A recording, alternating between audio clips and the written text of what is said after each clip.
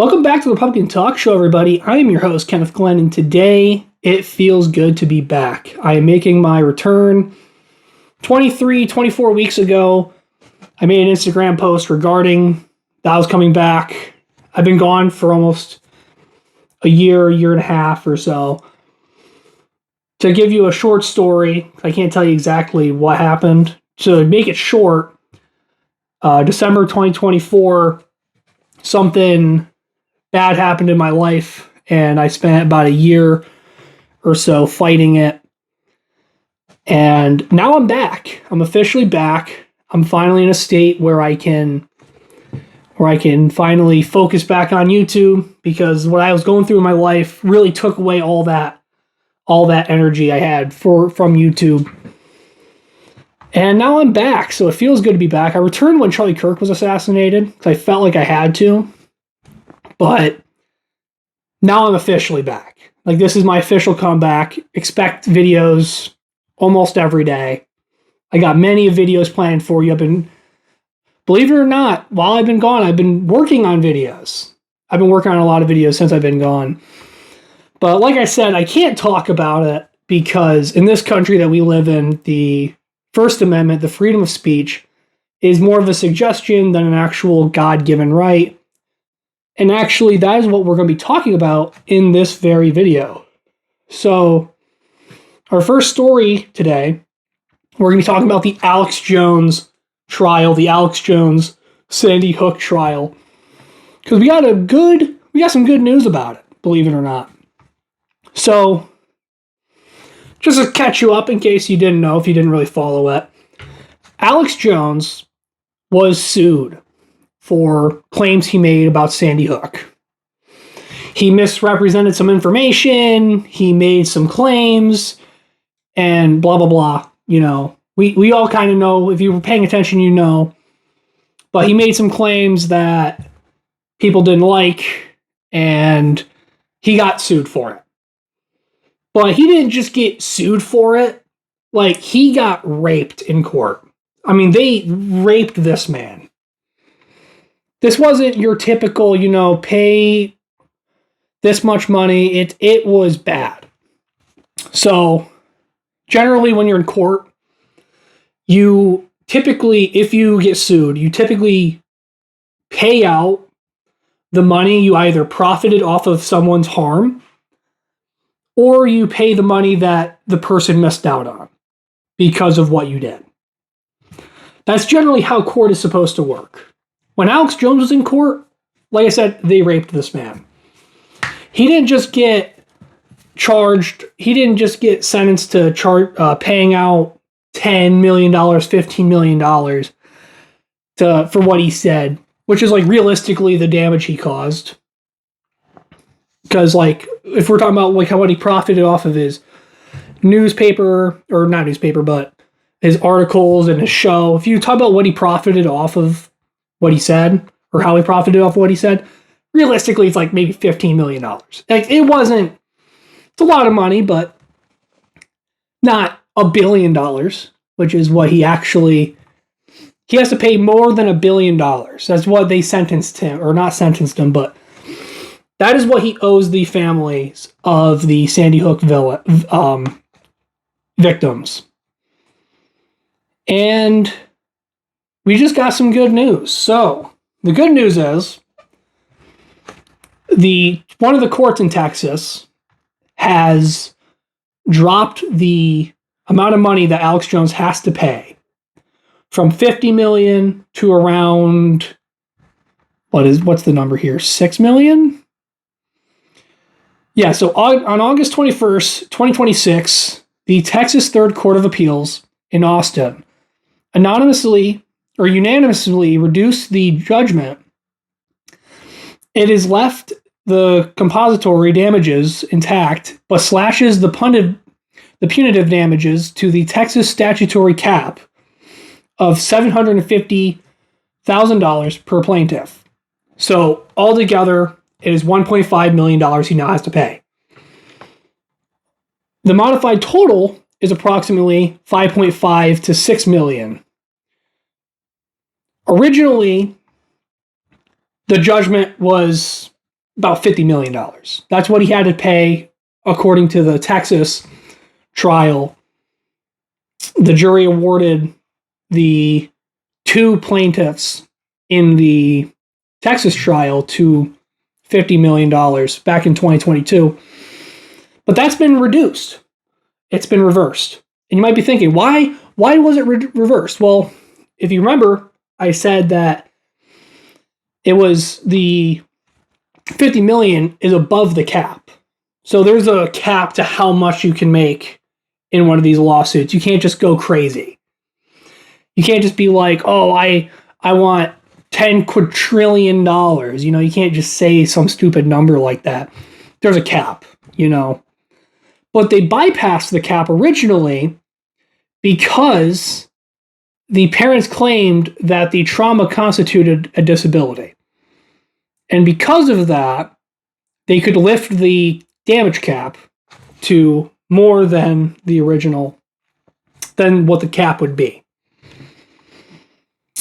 Now we're realizing that the findings are not being overturned, but the standard, the claims made does not meet the standard, so they cannot actually bypass the cap. So there was no, I'm not sure exactly the details on it, but basically the trauma that constituted the disability was not proven, or there wasn't enough factual findings. So the jury now has reduced it. Now, what this does not mean is that the liability in 2021 is not overturned. When it comes to that, Alex Jones still owes around, over $1 billion. I don't remember the exact number, but it's a ridiculously high number. I remember at one point they were asking for like $1 trillion. Isn't that crazy? They were like actually like pushing to get $1 trillion. That's it. That's just insane. But this does not reverse that case. And that case, odds are, that case will never be touched again. Alex Jones has gone to the Supreme Court. He's gone to the Supreme Court, like the actual federal Supreme Court, not just the Supreme Court of Connecticut, but the Supreme Court, the United States Supreme Court. And everyone's denied it. No one's planning on reducing that or reviewing it. It's done and over with. Which is kind of ridiculous, you know. We have this like Republican conservative Supreme Court, but they can't be conservative judges. They're not conservative at all. Most of the judges are pretty horrible, honestly. But he won't ever get that reduced or repealed or anything along those lines. Which is kind of annoying because, honestly, he shouldn't have been fined that much. That's just a stupid number. You can say that what he said was wrong, or maybe he said things that were incorrect. You can even say that what he did caused harm.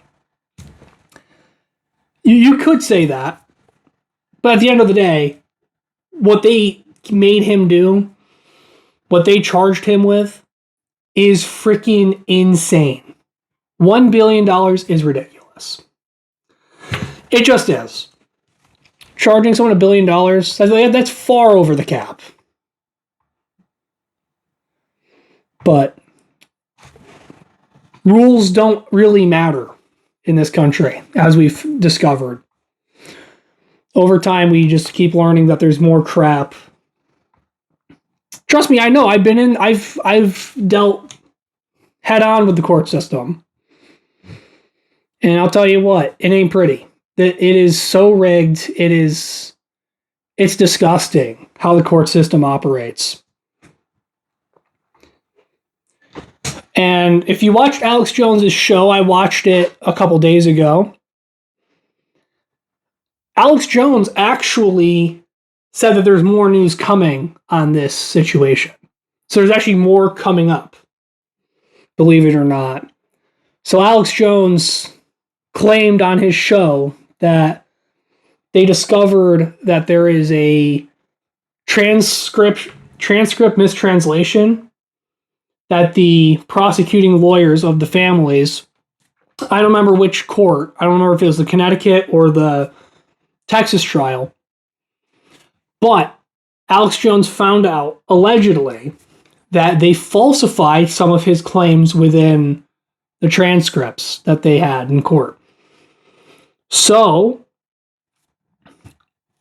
yeah, I can't wait to see if we have any follow-ups on that.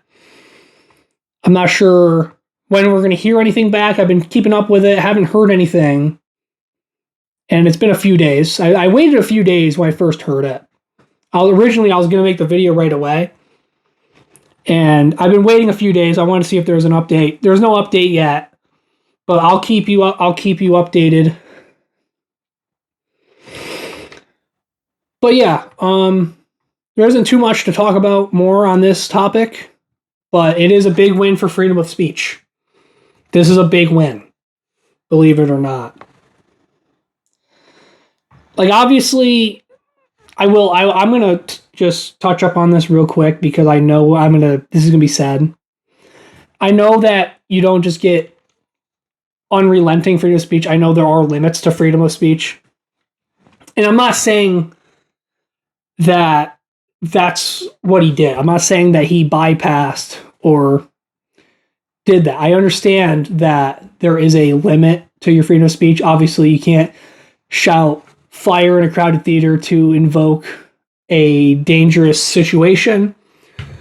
And I also found out you cannot say gross when two gay guys are kissing on the screen at the movie theater. I also learned that one not too long ago. My bad, didn't realize that. But yeah, I just want to bring that up just because I know someone's going to freaking say it. I know someone's going to bring that up. But I went through what Alex Jones was saying about Sandy Hook, and I don't think any of it violates the First Amendment, quite honestly. And some of it, like, I don't know, some of it, he had some points. That's all I'm going to say. But anyway, moving on. We're going to move on to our next point, our next segment on the show. Trump's beef controversy. So, if you're an adult, you probably realized this within the last few years, but food prices have been rough. I mean, everything's going up. There's a funny tweet on Twitter that I saw, and someone's like, the price of bread's only $5 and peanut butter is only this much, and he's like, inflation's not the issue. And people were trashing this guy because he literally says inflation's not the issue, and then follows it up with bread costs $5. Like, that is an issue. Bread shouldn't cost $5. This isn't. I know it's not Weimar Republic bad. Weimar Republic, the price of bread was even worse, but my goodness, this is. Basically, the food prices have been outrageous, and they're probably going to get even more outrageous after this. So, right now, Trump is trying to get beef imported from Argentina. They're buying Argentina beef and importing it over here. And people are not happy about this, and I am also not very happy about this. And when Trump was asked about it, Trump says, Argentina's fighting for their life, and they are dying. Well, Trump, I'm glad I voted for you so you could be the president of Argentina. You know? I'm so glad you are so concerned about Argentina. You know, if I was president and Argentina rang me up on my phone, imagine my phone's buzzing right now. I flipped it up, I pulled it up, and I started talking. And it was like, hey, our beef prices are doing bad right now. I'd be like, that's your problem. And I'd hang up on them. That's how fast that conversation would go. I'd be like, that's your problem. I'd hang up on them. What does that have to do with me for? I don't give a frick. I don't give a crap about your country. I know why Trump cares, but I don't care. And I didn't vote for him to care about Argentina. I voted for Trump to care about America. And he's been doing a terrible job on that. Really, it really has been very frustrating. James Fishback had something to say about it on Twitter. And he brought up some good points. James Fishback's great. I'm very upset that he lost the governor race. But yeah, it's rough. We have these American ranchers that are already struggling. They've been spending years of their life on thin margins, barely making ends meet, competing with these big corporate farms that are juicing up their cows, giving us crappy meats. And, you know, cattle prices start rising. And they're starting to get to a point where they can start maybe making a living again. And then, boom, the administration's like, screw the cattle ranchers. Go homeowners, right? If you're a homeowner, we want you to have your price rise up, right? That's what Trump says. Trump's like, if you own a house, I want your price to go up. But if you're a cattle rancher, screw you. Screw you, cattle rancher. That's what Trump says. So just as the cattle prices are starting to go up, the administration begins to buy up all this cheap foreign meat. And now these cattle ranchers who have beef that is worth more now have their profit margin cut. So these cattle ranchers have spent extra money getting these cattle to higher quality, and the beef prices are going up to a point, not up to like outrageous cost, but out to a point where they can actually start to profit. And then Trump floods the market with this cheap garbage. And Trump is like, I don't care. I care more about Argentina. You know, Argentina's dying. It's like, that's not what I want to hear from my president. By far, the last thing I probably want to hear from my president. Anger grew over reports that the Trump administration extended a $20 billion currency swap lifetime to Argentina at the time when Argentina was outcompeting U.S. farmers by selling its autumn soybean harvest to China. So that's another thing Trump's doing. Trump is doing everything he can for Argentina and Israel. If you thought in 2024 that you were voting, if you were like me, and you thought that voting for Trump in 2024 was going to make America great again, and that we're going to be so back. We're going to be so back, guys. We're not.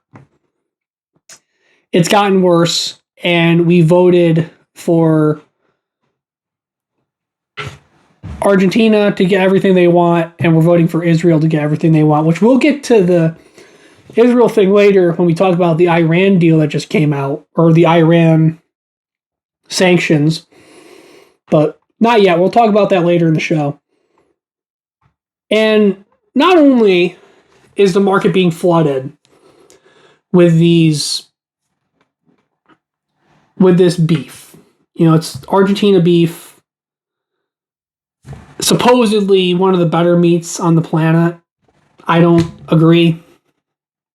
And one of the reasons why is because earlier this year, in March, Chinese authorities publicly rejected a massive 22-ton shipment of Argentine beef, or Argentine, however you want to say it, after discovering that traces of chloramphenicol, a banned antibiotic linked to severe human health risks, like aplastic anemia,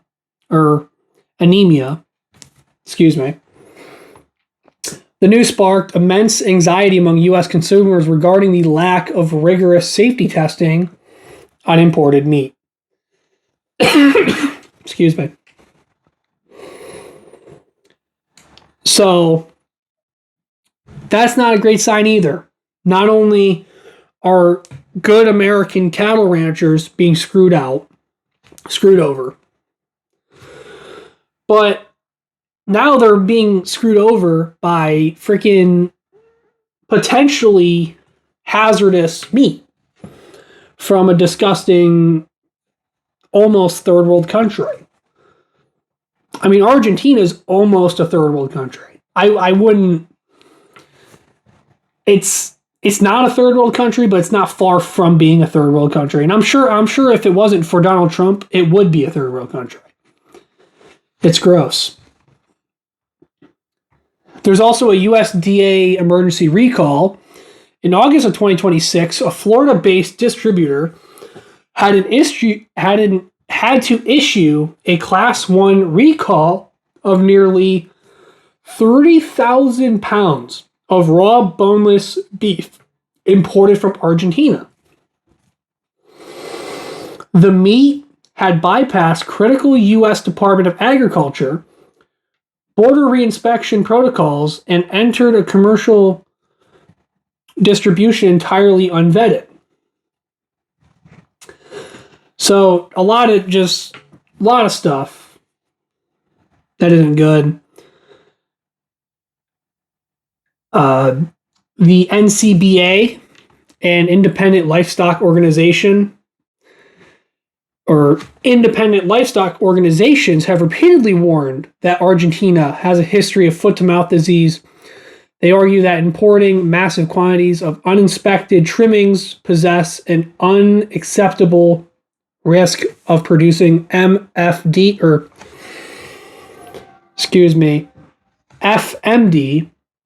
into the U.S., which would instantly decimate the domestic livestock population. So, but guys, Argentina is dying. But Argentina is dying, guys. Have you thought about that? Yeah, sickness, we might get sick, anemia, whatever. But Argentina's dying. Have you thought about that? Have you thought about Argentina? Yeah, you haven't, because you're a bigot. That's why. This stuff is just trash, and is one more reason why I wish that Trump did not win the election in 2024. As much as I hate to say that, I voted for Trump, I endorsed Trump on the channel. I spent a year of my life really pushing to get Trump elected. I know I got people to convert to vote for Trump, and now look what's happening. Now it's a big thing. So that really sucks. And yeah, this is just really frustrating. Now, one thing I want to talk about, one last thing I want to touch up on before we move on to our next segment. The claim that I've been seeing online over and over and over, and that as a guy that likes to make sure everything is accurate, everything's being truthful, and everybody's being truthful, I want to point out that one of the arguments I've been seeing a lot online has been the 77 farms a day figure. I keep seeing this. Did you know 77 farms a day are going out of business? It's not accurate. And I want to make sure that at least my fans are not going out spreading this. The 77 farms a day figure comes from the 2022 Census of Agriculture. So it's not an up-to-date figure. The census happens about every 5 years. So we're closing in on a new census.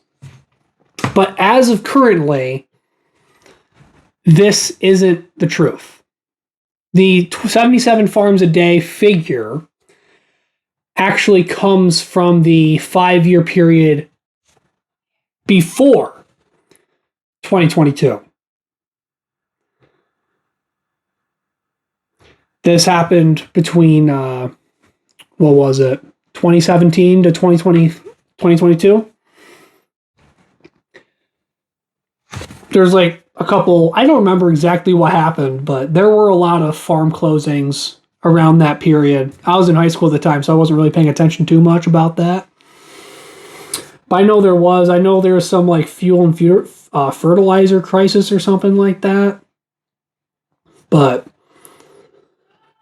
now we're good. I think we're getting to a better point now, and the 77 farms a day figure is inaccurate. So please don't be quoting that. Please don't be pushing that statistic. And make sure if you're going to make claims online, make sure you're double checking not only whether or not the claim is true, but make sure you're getting the facts of where it came from. That's one of my advice to you. And that's the end of that. Moving on. This is our featured story, our last story of the day. This is the new Department of Treasury. This is their new strategy for the Iran war. I haven't been on YouTube. I haven't really been making videos recently, but what I can tell you is I've been on the case when it comes to this Iran war. I've been following it every single day. I've been really following this. This is the one thing I have been following. And I've been pretty much on the button. As a paleoconservative, I knew, paleoconservative, Pat Buchanan. As a paleoconservative, I've been on this the whole time. I'm anti-war, not a big fan of it, and I saw where this country was going when it comes to the war in Iran, and I hated it. If we were going to go to war with Iran, we should have approached it completely differently, and now it's too late. We've already done too much damage, and it's already too late. We can't go back now. And this is going to be one of those big embarrassments on the U.S. But yesterday, we got some news. We have this new Operation Economic Outcast, or forgot, what is it, D-Day something? Economic D-Day? Yeah, that's a pretty gay name. Anyway, there's a new strategy being passed on August 24th, 2026. Treasury Department Secretary Scott Bessent announced Operation Economic Outcast, a more effective campaign to economically isolate Iran from the global economy by cutting off industries that fund Iran's regime. The industries included are digital currency, so i.e. crypto, some of their technology, which I'm guessing is their nuclear technology. We're going to be cutting off those industries, I'm assuming. So that aviation, gold, and shipping are the last three. I think maybe there's more, but those are the ones I found. And I can't lie, the Department of Treasury release is kind of vague. So a lot of the details are not there. But anyways, other parts of the plan target other entities who have been accused of enabling Iran, as well as it is giving them a strict deadline to comply to sanctions. So there are multiple countries, a lot of them our own allies, who have been buying stuff from Iran or selling stuff to Iran even. There's like the UAE, a couple Asian countries. I think Europe is one of them. I think the UK maybe. I know some of the European countries were. I know that for a fact. The Treasury supposedly mapped out Iran's facilitator networks as well. For those of you who might not know what those are the sanction workarounds. So if you remember during the Great Shipment or Transshipment scam that China did, I don't remember how long ago this was, but basically during the Great Transshipment scam, China was importing U.S. goods from Mexico and Vietnam. They're importing them from there to bypass the sanctions that we had put on them. And those workarounds are a big problem when you're sanctioning countries. By the way, these are secondary sanctions. Just so you know, they're secondary sanctions. When you're putting sanctions and secondary sanctions on countries, you need to make sure that it's bulletproof. You got to make sure there's no workarounds. And supposedly they're going to do that. So we're going to see how that goes. I don't see this being that effective, quite honestly. I don't see how this could be effective because really the only country really holding Iran up is China. China is the real issue here. The Iran conflict's whatever, they made up the 30,000 death number. They killed 30,000 people. They kind of made up that number to throw at you. They freaking they're building nukes over there. They're chanting death to America. They come up with all this crap. But the real thing, if you want to go after Iran, is you have to go after China. I know the goal isn't to go after China. The goal is to get regime change in Iran. But that's just not going to happen. Regime change in Iran is not going to happen. And if they try to do it, it's going to be a disaster. No matter what they do, it's a disaster. So if you want to go at Iran, you have to go after China.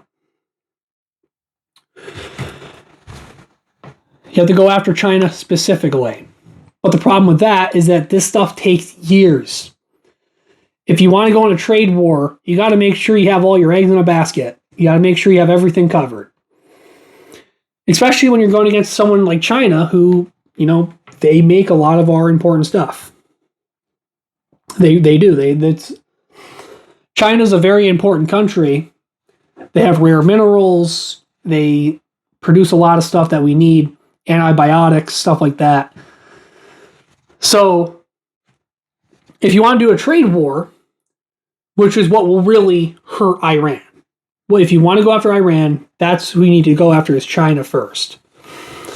Because there isn't going to be no freaking regime change war. You're not going to bomb them to death. I've said this multiple times. People were giving me so much crap for this, by the way, for like the last year or two.